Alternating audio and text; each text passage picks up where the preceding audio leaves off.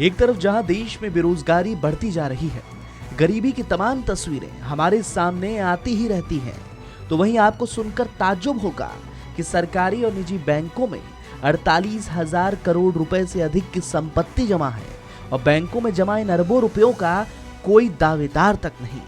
आसान भाषा में कहें तो इन पैसों का कोई माँ बाप नहीं। ऐसे में अब खातेदारों की तलाश के लिए आरबीआई यानी रिजर्व बैंक ऑफ इंडिया अभियान शुरू करने जा रही है। दरअसल रिजर्व बैंक ऑफ इंडिया की सालाना रिपोर्ट के मुताबिक वर्ष 2020-21 में बैंक खातों में पड़ी बिना दावे की कुल राशि 39,264 करोड़ रुपए थी, जो वर्ष 2021-22 में बढ़कर 48,262 करोड़ रुपए हो गई। अब आरबीआई इन जमा राशि के असली दावेदारों को खोजने के लिए अभियान चलाने वाली है। दावेदारों की पहचान की मुहिम के तहत आरबीआई उन 8 राज्यों में अपना ध्यान केंद्रित करेगी जहां सबसे ज्यादा रकम जमा है। रिजर्व बैंक ने बैंकों में बिना दावे वाली जमा राशि में लगातार इजाफे के बीच दावेदारों की तलाश के लिए यह अभियान छेड़ा है। यह मुहिम उन 8 राज्यों पर केंद्रित है जहां बैंक खातों में बिना दावे वाली जमा लगातार बढ़ रही है। इन राज्यों में तमिलनाडु, पंजाब, गुजरात, महाराष्ट्र, बंगाल, कर्नाटक, बिहार और तेलंगाना, आंध्र प्रदेश का नाम शामिल है। आरबीआई ने इन 8 राज्यों की भाषाओं के साथ साथ हिंदी और अंग्रेजी में एक अभियान शुरू किया है।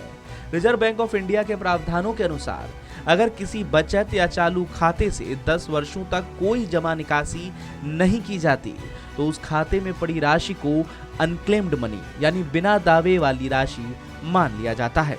इसी तरह किसी फिक्स्ड डिपॉजिट की अवधि पूरा होने के 10 वर्षों बाद भी अगर उस पर कोई दावा नहीं करता तो उसे भी बिना दावे की राशि यानी अनक्लेम्ड मनी की श्रेणी में डाल दिया जाता है।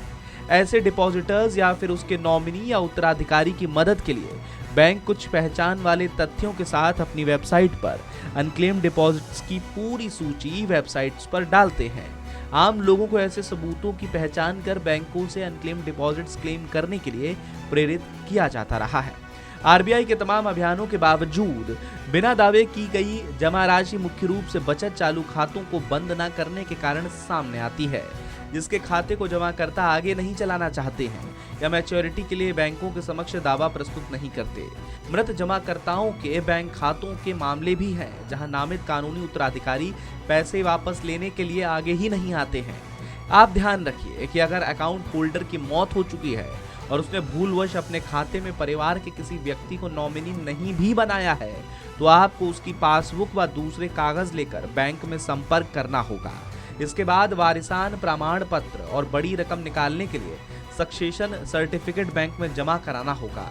इसके बाद बैंक प्रबंधन वादी के प्रार्थना पत्र से संतुष्ट होकर 15 दिनों के अंदर अनक्लेम्ड रकम को वापस लौटा देता है। फिलहाल के लिए इस खबर में इतना ही। अपडेट्स के लिए बने रहिए वन इंडिया हिंदी के साथ।